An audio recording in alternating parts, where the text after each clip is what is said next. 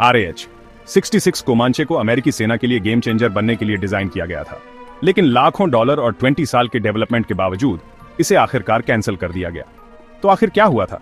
कोमांचे की कहानी 1980 के दशक में शुरू होती है। कोल्ड वॉर के दौरान अमेरिकी सेना को एक नेक्स्ट जनरेशन स्काउट और हल्के अटैक हेलीकॉप्टर की जरूरत थी। बोइंग और सिकोरस्की ने एक साथ मिलकर ऐसा हेलीकॉप्टर बनाने का फैसला किया जो दुश्मन की लाइनों के पीछे छिपकर जा सके बिना रडार से पकड़े जाए, लगभग चुपचाप, और अगर जरूरत पड़े तो जानलेवा भी। इसे स्टील्थ डिजाइन के साथ बनाया गया था। Radar absorbing paint, internal weapon bay और एक कम शोर वाला रोटर सिस्टम।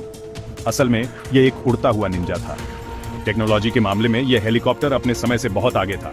इसमें fly by wire controls, composite material और फाइटर जेट्स में पाए जाने वाले एडवांस्ड सेंसर थे। पायलट के पास हेलमेट माउंटेड डिस्प्ले और नाइट विजन सिस्टम थे। यह 20 मिमी की तोप और हेलफायर मिसाइलें ले जा सकता था और यह दूर से ही दुश्मन की पोजीशन का पता लगा सकता था। इसे परफेक्ट मिशन हेलीकॉप्टर बनने के लिए डिजाइन किया गया था, ऐसा जो दिखाई न दे। लेकिन समय के साथ दुनिया बदल गई। 1990 के दशक के आखिर और 2000 के दशक की शुरुआत तक कोल्ड वॉर खत्म हो चुका था।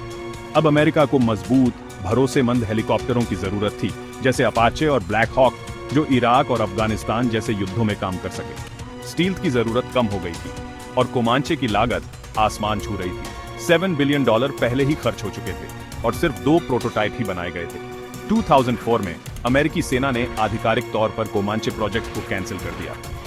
इसने कभी कोई कॉम्बैट मिशन नहीं किया और प्रोटोटाइप को म्यूजियम में रख दिया गया। लेकिन इसका मतलब यह नहीं है कि यह प्रोजेक्ट बेकार था। कोमांचे की कई टेक्नोलॉजी जैसे स्टील्थ डिजाइन, एडवांस्ड सेंसर और रोटर सिस्टम अब आज के मॉडर्न हेलीकॉप्टरों में इस्तेमाल होती है। फारा जैसे भविष्य के एयरक्राफ्ट प्रोग्राम भी कोमांचे के प्रभाव को दिखाते हैं। तो क्या यह एक विफलता थी? शायद नहीं। RH 66 कोमांचे एक महत्वाकांक्षी विजन था, लेकिन शायद अपने समय से थोड़ा आगे।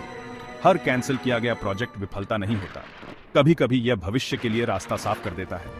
आपको क्या लगता है? क्या कोमांचे को कैंसिल किया जाना चाहिए था? हमें कमेंट्स में बताएं।